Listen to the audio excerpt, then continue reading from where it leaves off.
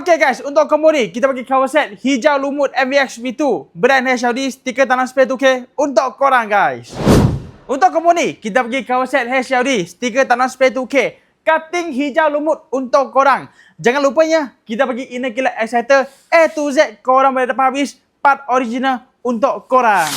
Untuk bahagian depan, kita bagi fork Espada standard cutting lower 1.5 inci. Jangan lupanya, kita bagi sekali dengan Airsober Pro Fender Air Series dengan sekali spring hijau untuk korang. Okey guys, kita bagi sekali dengan Umar Racing Air Filter. Sekali dengan warna hijau Air Filter cover nipis untuk korang. Sekali dengan handle grip hijau untuk korang guys.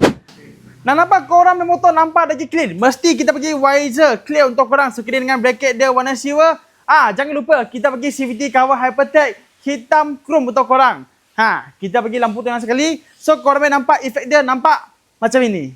Okey guys, kita bagi sekali dengan jajan-jajan kecil ya. Kita bagi spinner radiator untuk korang. Sekali dengan Brembo caliper M3 121 kopi yang depan.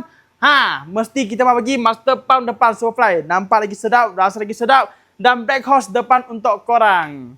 Last kita bagi sekali sport rim Aerox tie. Sekali dengan disc floating PPI Racing guys.